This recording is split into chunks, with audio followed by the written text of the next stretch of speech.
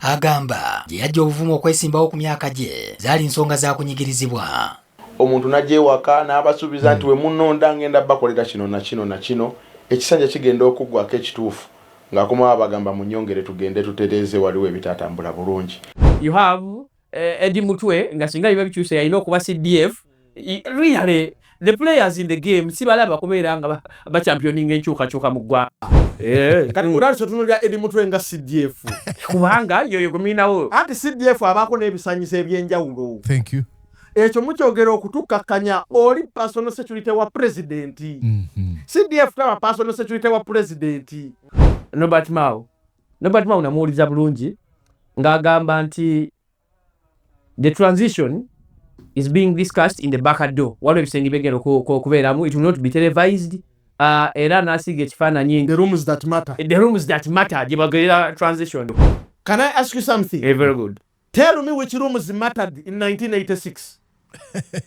Oh. Tell me which rooms mattered in 1791.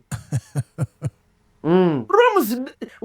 Make all discussions in the rooms that you think. So 1971, as Amin was coming. Exactly. And 1986. Tell me which rooms mattered.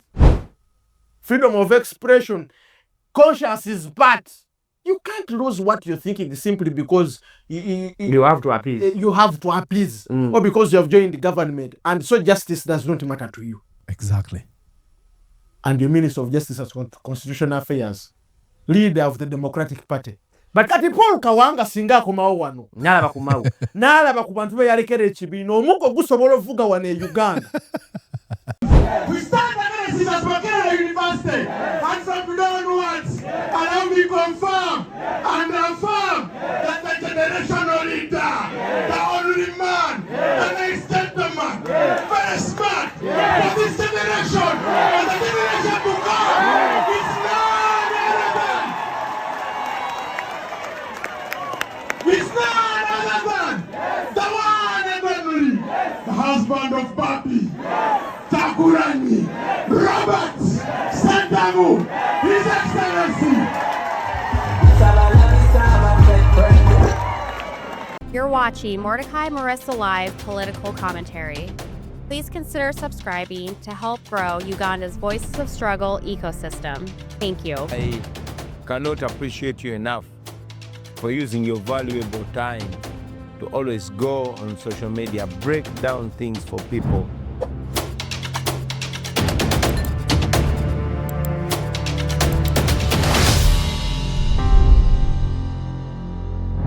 And yes, indeed, okusinzira munda mu ggwanga ali United States of America. Ogamba otyo kansubintu oli bulungi nze Mordecai Marissa. Kwaniza ku mukutu ogu Mordecai Marissa live. Exactly. Yonna gy'osinzira okubeera ng'ogoberera nkwebaza nti weebale nnyo weebalire ddala. Asante sana. Sikyali wa kitiibwa. Sikyali mu Galatiya yadde omuteeketeeke. Allahu basole. Sikukawuluke bankubye. Sikyali wa kitiibwa, sikyali muteeketeeke, sikyali mu Galatiya. Oh, ladies and gentlemen. Tukyagenda maaso n'okukubiriza bannansi okubeera nga bali tuned n'ebigenda maaso munda mu nnyaffe Uganda aweetaagisa okwekalakaasa mu ngeri etamenya mateeka eddembe lituweebwa ssemateeka tulikozese. Tukyagenda maaso n'okugoberera ebiva mu political camp eya Bobi Wine gyali gye tamanyi mu kano akaseera.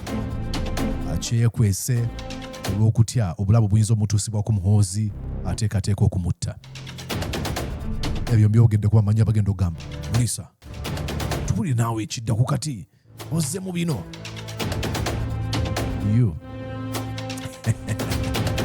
Bye tugenda okubeera nga tunulira eddako ne mu kano akaseera. Kankubulire ku mwana mulenzi Robert Maseruka. Now, ladies and gentlemen, ebintu bingi ebisobola okumenya omutima. Naye kirungi nnyo mu kaseera ng'omenyesa omutima obutafiirwa kye bayita ssuubi. Nja kulaga ebigambo wano njogedde ku ssuubi n'embiraba wano bindi mu maaso. Nti lobbi balagamba bagoberera wano eno. Nti tuli mu nnaku okulaba nti omuntu gwe twawagidde yalondeddwa bannansi bamubbyeko obuwanguzi bwe.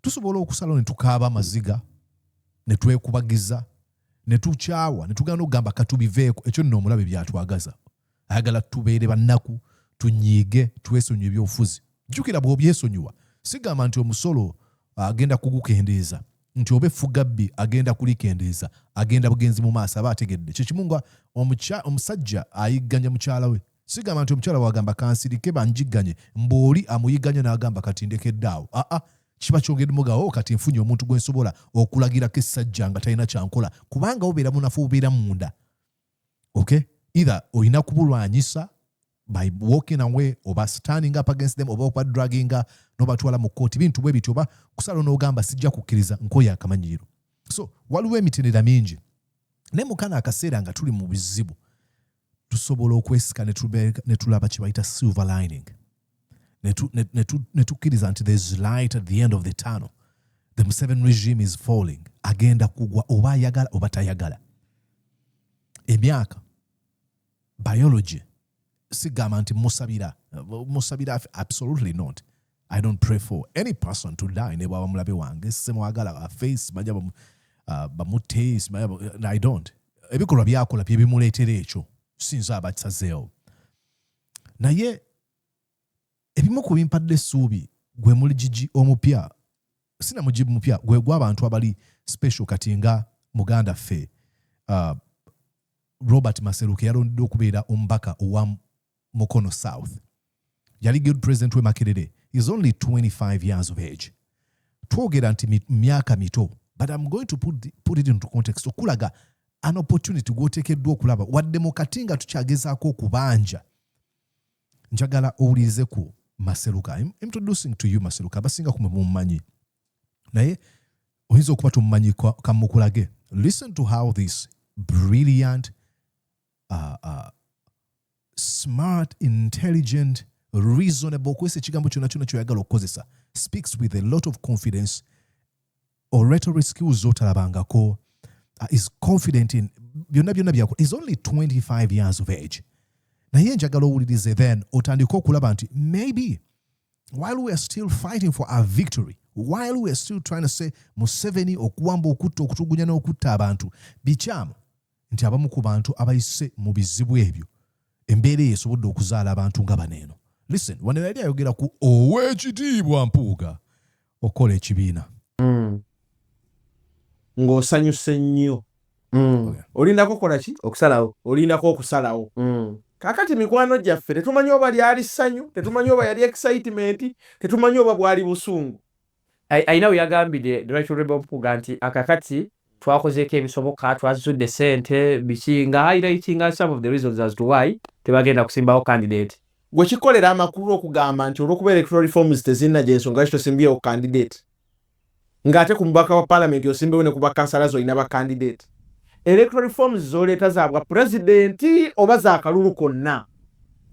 Olabwabuuza Interest ye eri ki? Mwajja kutwala buyinza oba kusika bifo bya bwa kansala. So it doesn't make sense okugamba nti olw'okuba amateeka gano tegannakyuka n'olw'ensonga tetusimbyewo omuntu kuba pulezidenti ng'ate ku bifo ebirala musimbyewo.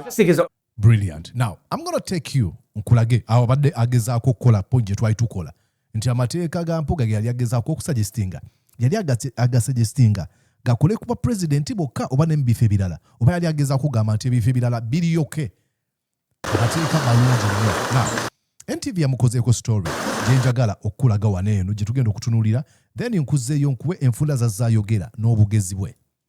Robert Maseruka, mutuuze w'e Nakisunga Namuyenje mu disitulikiti y'e Mukono, wetwogerera yawangudde eky'obubaka bwa Parliament obwa Mukono South ku myaka 25 egy'obukulu nga yamezze bannaabala 10 okwabadde Fred Kayondo wa DP abaddeyo, Tadeo Kintu wa NRM, Mubaraka Ssekikubo Mubiru wa Independent n'abalala.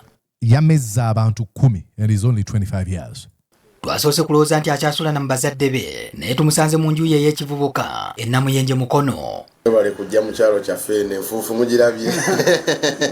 Olw'obugole bwe yakatuukako buli abadde ayiteeka n'alingizaako mu kalyango ke ng'afuna engeri gy'amuyozaayozaamu. Twakulika bannaye mwebale nnyo mwebalire ddala kale banga bw'otunuulira kyemwakolaawo twakakulika bannaye mwebale kale sebo tusazeewo okusooka okutambulako naye mu kitundu okukakasa enjagala gy'ayagalwamu era bye tulabye bitandikidde ku mulyango nga yakafuluma. Amaze ne tuwangula maanyi gammwe.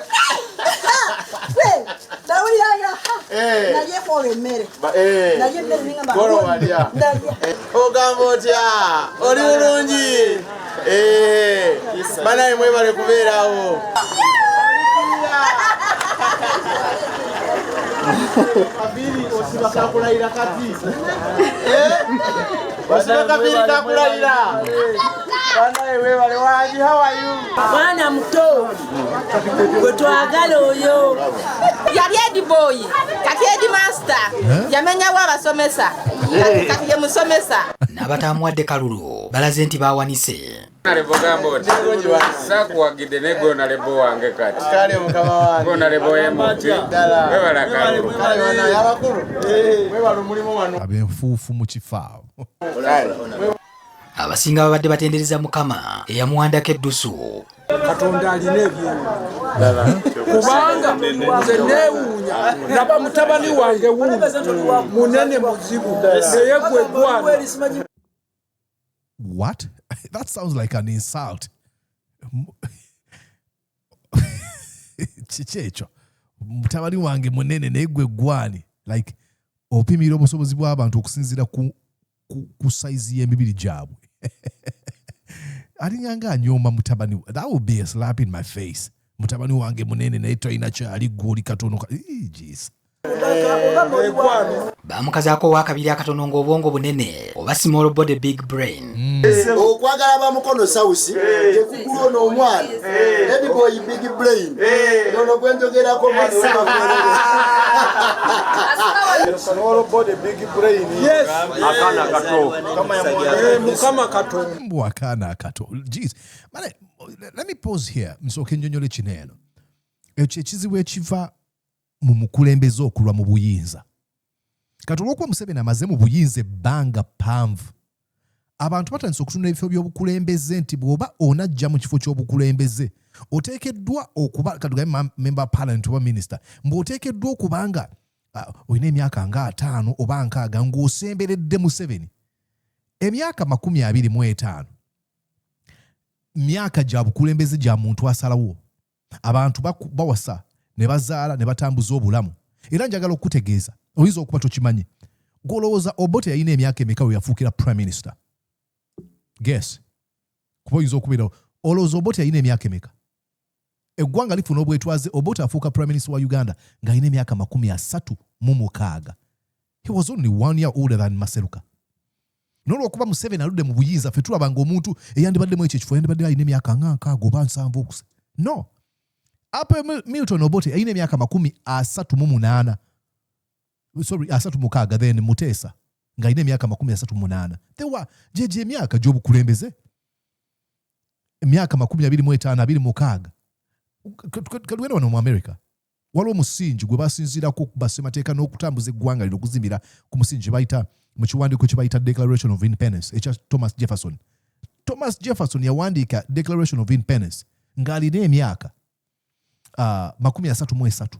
At 33 years old, n'awandiika Declaration of Independence. Eyo egamba nti we hold this truth to be self-evident that all men are created equal and that they are endowed by inalienable rights, that among these are life, liberty, and the pursuit of happiness. Ebyo bigambo ebyo ebiddwamu emyaka n'emyaka okuva okwetoola enkulungo y'ensi yabiwandiika alina emyaka 33.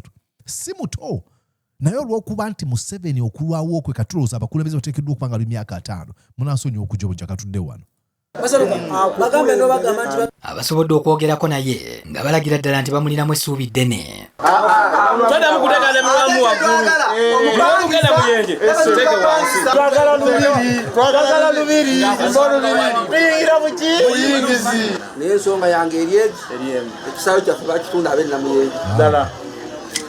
otuuka mu parliament sala amagezi naye ng'ebyemizannyo bikomawo namuyenge. Oluvannyuma bwe tukalidde okuwayako naye ne tutegeera nti akyali wa busa tannafuna na mbeezi yadde okubaayo n'omwana amugambako nti mmazeewo. Nakava mu ssomero ssebo bansindika kusoma sandizaalidde mu ssomero ssebo school fees w'abazadde namuwa ekitiibwa bansindika kusoma naye okusoma kwawedde nebyetugoba bibino bitandise Katonda bwatusaasira ne tubaako nebyetulwana nabyo bolyawo bijja kujja eyo maaso. Kyokka agamba kaalidde eky'omubaka n'eddala ly'omukazi gw'alina okufuna lyalinnye. Ninayo kyannyinaze ekijuju. Qualification anti kati wazitegedde zaalinnyeemu nazo. Buli class erimu omukazi omukyala oba omwami waayo. Teekeddwa kubeera kyannyinaze bwannyinaze. Tulina okubeera twalabye Nigeria nga tuli bato nga kabaka ava mu lubiri n'agenda n'afuna omukozi oba yamusanga mu nsiko munamwegomba tebikola n'omukyala nga bwakeera ku makya ne embassy wasobola okubeera representation ya constituency eno.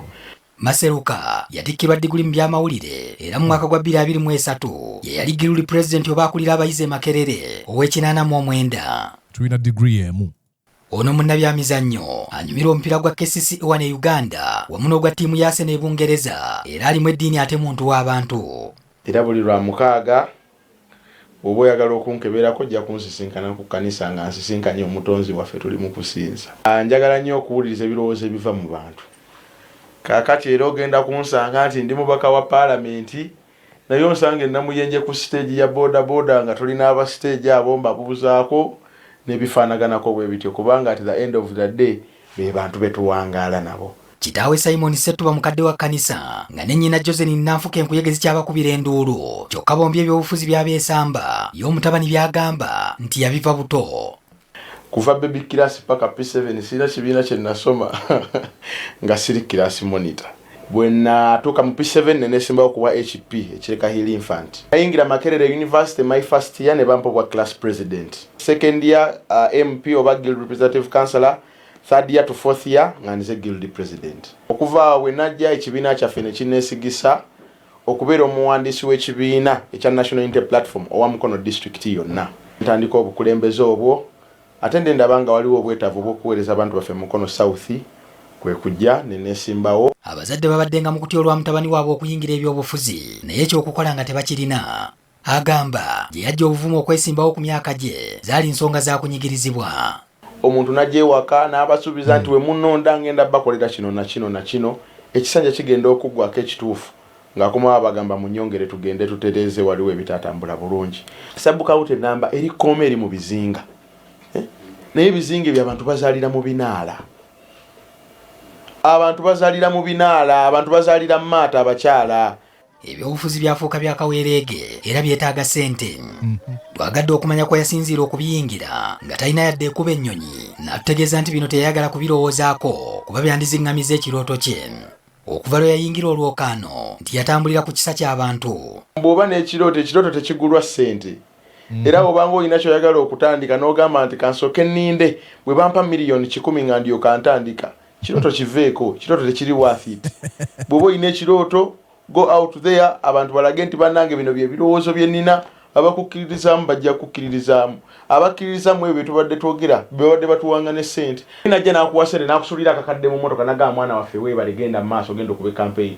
N'ogenda kukuziika ng'ogenze kuziika oli n'awulira speech y'okukuziika n'akuyita n'ajja akwata mu nsawo n'akuwa $3 n'agamba weebale. Ng'otambula onosanga abantu ne bagamba okuŋŋaanyiza abantu gwoyogere nabo bawe ideas zaabwe ne bagamba gwe tobaako nakyo twaba tugeewa akafuluma sono tolina nakyo oyina tuleke ssente tunaazijja eri gwe tujja kukuwa buwi kalulu.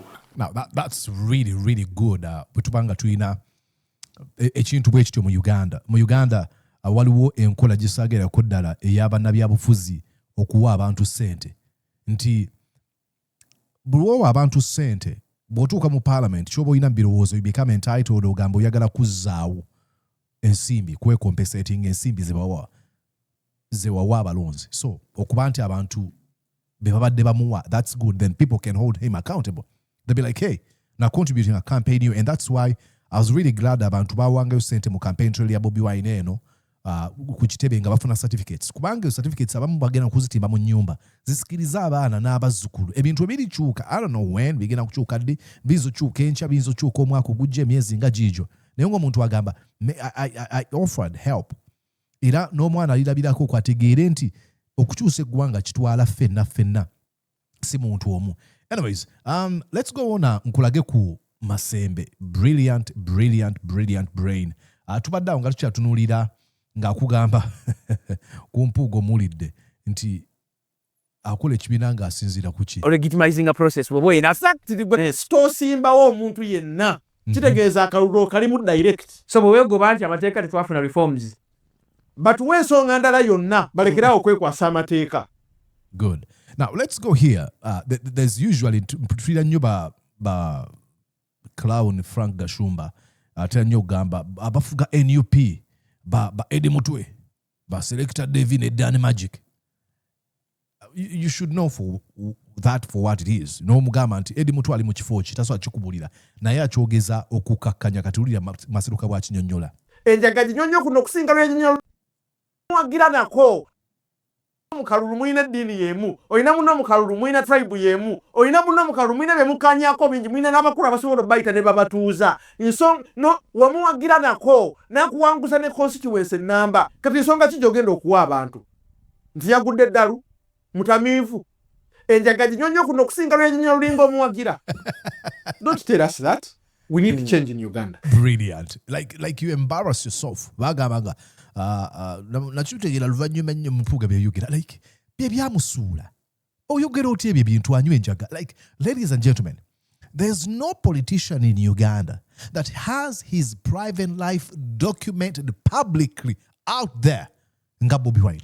So if you're going to attack Bobi Wine oyina kujja mu ange endala sebyo ebifaananyi bye enjaga biki byonna abyeyogeredde mu interviews weziri videos abantu baabiraba dda. There's nothing new you bring. And you'd think Mathias Mpuga omuteeketeeko ow'ekitiibwa ekyateekeddwa okuba nga akimanyi n'okozesa ekyo ky'ojjayo abantu baamumanya nga yakajja obulamu bwe buli documented okuva mu myaka egy'ekyenda obulamu bwe buli documented ali bwereere mu saati tayambadde asaagiriza akola ki ennyimba ezirimu ebigambo ebimu naye nnyinyi byagamba byayimbisanga excitement bw'oba ogenda kwogera n'ogamba temulonda Bobi Wine mujjukira oluyimba luno yayimba. Mukwano abantu baluuliriza emirundi 1500 toyina kipya kyoleese. The players who are leading us to the change abo nabo twetaaga obba kuba mutoki. You have a Maseruka ali mu Mukono yakajala bensi outside the school yali mu kugamba banne Mukono ngenda bakulembera mu nkyukakyuka. You have Eddie Mutwe nga singa biba bikyuse yalina okuba CDF. Really the players in the game si balaba kubeera nga ba championing enkyukakyuka mu ggwanga. This is like a smiling warrior. Omugambe ebyo bintu yaseka busesi. Ekyo teweetaaga kubanga okiraba okutuusa nga okirabye. But the process also matters. Anti golowooza buli process ogenda kugiraba. Kati ng'olali sotunulira Eddie Mutwe nga CDF. Kubanga yoyo guminawo. Anti CDF abaako n'ebisanyisa eby'enjawulo. Thank you. Ekyo mukyogera okutukakkanya oli personal security wa president. CDF taba personal security wa president. Ate temulowooza nti bwe tunaatwala eggwanga lino mu maaso tetugenda kuba na CDF. Obwongo bwamwe bubalowoozesa nti CDF aliko yateekeddwa okubaako era ne gavumenti bw'ekyuka yateekeddwa okuba CDF. Mulimba. Eggwanga bwe likyuka liba n'ebintu byayo ebirala bikyuka nabyo. Ontegedde bulungi. Bwe tunaatunulamu nga tulaba oba oli awo ye CDF era akyagwanidde tusobola n'omulekako. Bwe mba mulaba tulaba ng'obwetaavu bwe buli ng'akoze bulungi asobola omanaginga amagye. Why not? Such a brilliant lad. Naye mulekerawo okulowooza nti nga bwe biri bwe biteekeddwa okuba ne kaakano emirembe n'emirembe. So it is possible. He just dismantled, eviscerated, annihilated. Like kukumba talking point moina Eddie Mutwe mwendo kulunda kuba CDF. Like it's so stupid okusala ebirowoozo byo. But hey, again, tobereyo n'onyiigira kisitu. Wonderful guy. I've spoken to him, Nemugamba. He does a good job. Chagezaako kola is trying to play devil's advocate. Sigamba nti ebyayogera bikkirizamu, I don't even think so. He's trying to play devil's advocate. Kanjogere kineno such that I make this conversation interesting. Okay, tugende. There's where he talked about Robert Mao. Okubanti, you could be a sellout, but probably can we have a certain level of restraint? Tell me how we'll do that without unity and inclusiveness of all people in Uganda. Tuve wow. Tugende ku Robert Mao. Robert Mao namuwuliza bulungi ng'agamba nti the transition is being discussed in the back door. Waliwo ebisenge byegenda okubeeramu. It will not be televised. Era n'asiga ekifaananyi. The rooms that matter. The rooms that matter. Gye bagerera transition. But yabadde eggulu nga yogera Benson Ngom n'amugamba nti as a party tetugenda kusimbawo muntu era tuyanoonya position ya party naye nze ng'omuntu ngenda kuwagira candidate Yoweri Kaguta Museveni n'agaana okugamba this election tematali nga tegenda kukyusa bukulembeze egenda okuleeta peaceful transition so tutandikirawo muli mu kintu ekitandika kuleeta peaceful transition ate mweri rooms that matter gye badiscussinga peaceful transition twalengeddeyo ng'erinnya lyamwe teririiyo. Can I ask you something? Very good. Tell me which rooms mattered in 1986. Oh. Tell me which rooms mattered in 1791. Rooms. Make all discussions in the rooms that you think. So 1971, as Amin was coming. Exactly. And 1986. Tell me which rooms mattered. Who sat down and planned that this Obote should go down, or whoever was the president then, that His Excellency now, Yoweri Kaguta Museveni should come. In which room did Obote sit with Museveni to plan the transition that Museveni should be the next president? But that's what you have been asking for. That this is brilliant. You know, radio eyimba oluyimba nti okwagala nakwo obulwadde olukukwatako tebuwona. Mazima ogendera ddala ng'era lwala kwokola okulemala. Nkusajja okwesa ebigambo ne ngamba kiringa okumenya amateeka. Until simanyi kiyinza kukukyusa bw'otandika okumenya amateeka. Otuuka mu kifungo olowooza buli kimu ekintu kiteekeddwa kubeera nga kikolebwa mu ngeri emenya amateeka. N'otuuka ne conclusion nga gwe Minisita Robert Mao ng'ogamba enkyukakyuka ejja kujja bweti. Like, these are lawlessness tendencies within you. Zikuleetera okubeera confident nti weteeka mu kifunga osobola okubeera clairvoyant oba predictive ku kya future bwegenda okubeera. That is really arrogance I can't describe. You should talk about a peaceful transition somewhere, somehow. I'm trying to say that you can't outrule any other thing that can come out as far as change is concerned. So mubere mu rooms zamwe zimatalinga. You've been your rooms that matter, but I'm telling you, governments have not changed in those rooms. But are you seeing these people's calculation? Mwami kyabwe tebamubala akowadde nti oba olaba mu bantu abagenda okuddako twala obuyinza. Ne Museveni tebamubala yali musikawutu. Era Obote yakuba Museveni nga amuyita omusikawutu ali mu nsiko wanayinki. Yamuyita bandit, yeah. Kiki kyali. Tumutrainze wano obusirikale alowooza kati w'amaanyi nnyo. No one thought about him. It is always people that we don't think of that usually God raises up and become.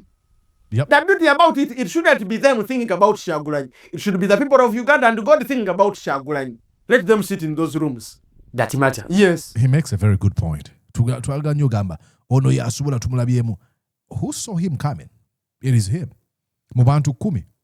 Alinganga ali mu kweyogerako. And this was before nga tanafuna card. Gw'otasuubira agenda kukifuna yakifuna. Oyinza obeera tanyola abantu aga muliisa weetaaga weesimbewo.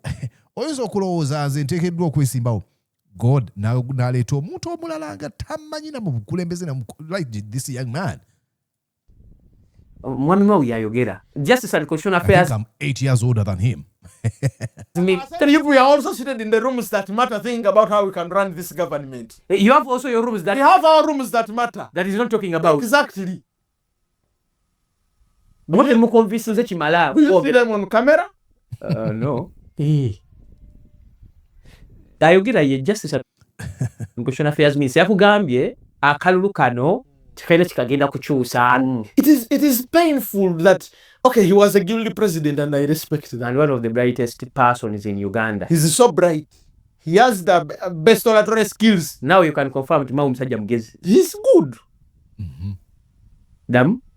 Mao Musajja Mugezi. He has good best oratory skills. Yes. Storytelling style. Exactly. But as far as justice is concerned, he's in the wrong office. Kubanga toyinza kungamba. Nga gwe president wa Democratic Party. Democracy kitegeeza. What ironic. How ironic kino kibeera kitya. Listen to what he says. For the people, right? You rule out the role of elections in changing governance. Yet you are the president of the Democratic Party. Yet the president of the Democratic Party. And you're telling us that it will only change in the rooms that matter, rooms where not all people are, rooms where people in government are, and not the people that put you in power. And you're president of a Democratic Party. We should be running democratic processes. where equal elections are inclusive, if there should be change of government, where the voice of the people should be heard only in the elections through voting, and they decide which leaders they're supposed to have. You're telling us that in the rooms that matter, you're trying to select which people should be voting you. It is very wrong. Tituli mugwanga. Abantu bandilonde abakulembeze balonda bani abateekeddwa okubalonda. Mic drop. The leaders are choosing which voters should vote for them. Yes. They are choosing the voters. The voters are no longer choosing their leaders.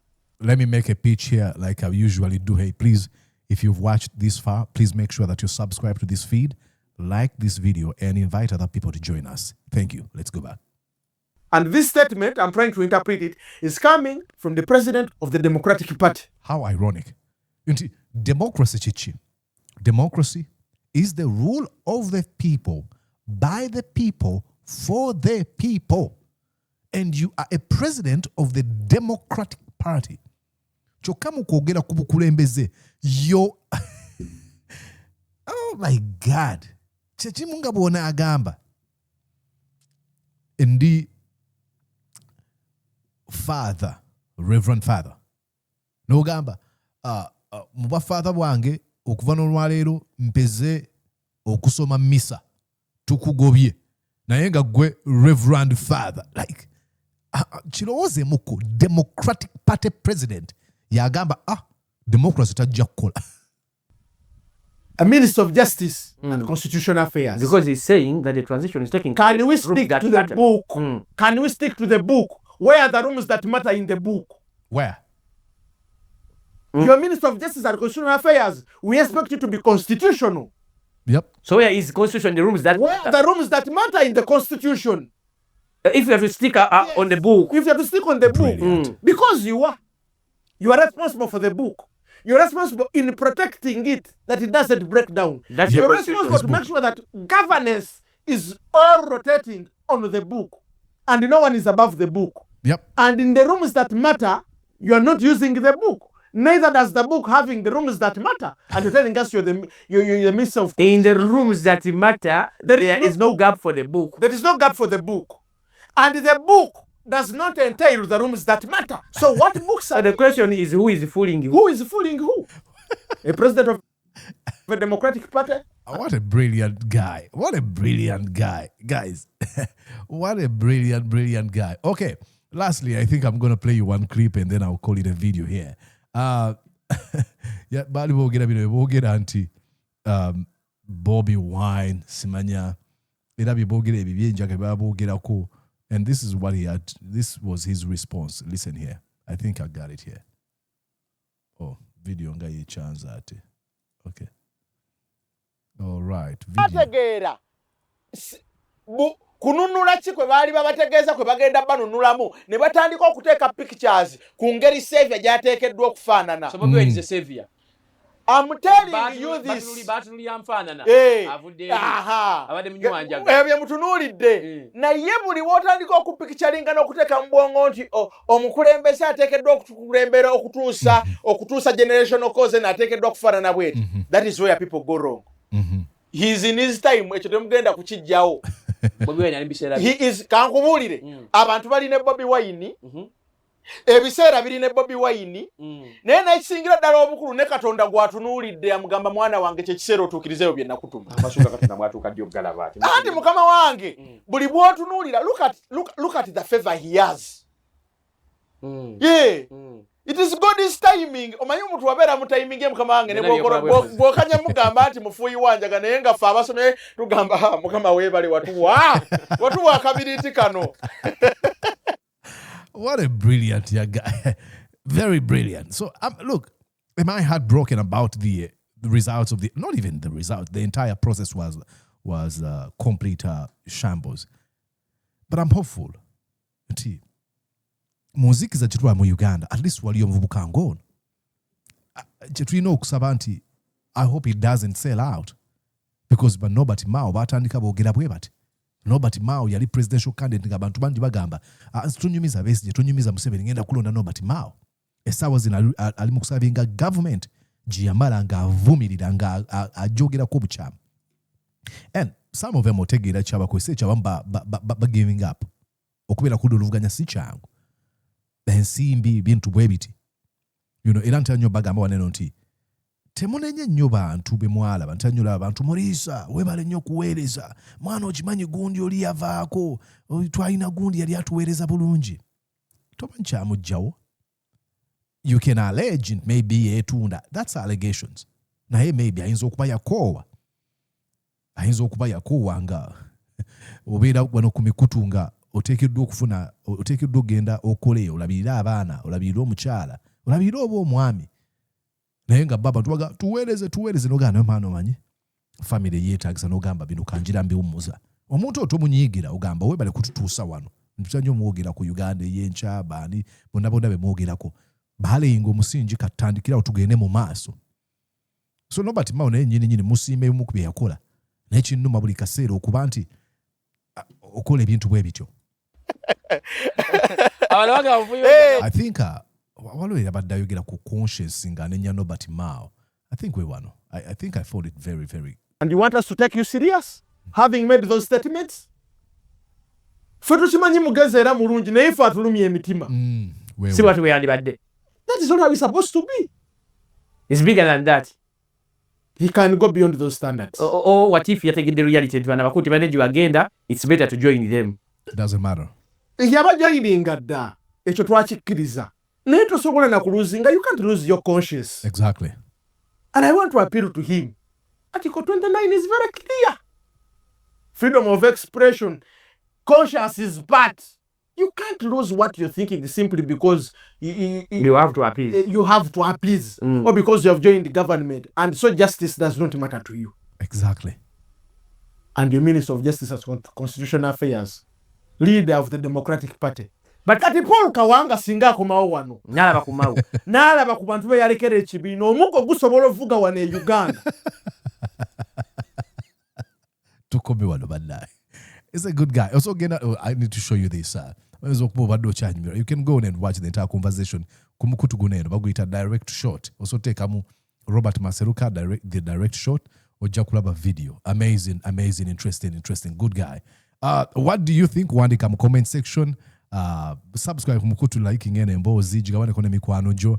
Then skiza n'abaana eyo abali mu masomero, abaana ba high school, abaana ba primary ababunze. I got my political awakening nchali mwana mutom primary 7 awe mutundwe. So gamba nomulaga ebifana nyo ba videos z'abaana abantu nga boogera tomanya kyoyinza kubanga okola balage speeches z'abasajja ba Martin Luther King Jr. ba Malcolm X ba Douglas basome ebitabo byaba Frederick Douglas basome ebitabo byaba wandiisi n'abakulembeze abadde abamanyi ba Nelson Mandela Mandela bateeke ku maaso ga ZTV. That's if bakulaza interest geza kugamba nti omwana wabanga interest ya kuzanya mupiira omugambe nedda toyina kuzanya mupiira njagala obere muno yafuza. No, I'm trying to say bozule kitone ky'omwana muwagire mu ekyo naye bw'okizuula nti mukulembeze, this is how you can try shape them. All right. Okay. Nze Mordecai Muriisa nzikiriza nkusiibule nga nkwagaliza okubeera obulungi ate weeraba tunaddingana.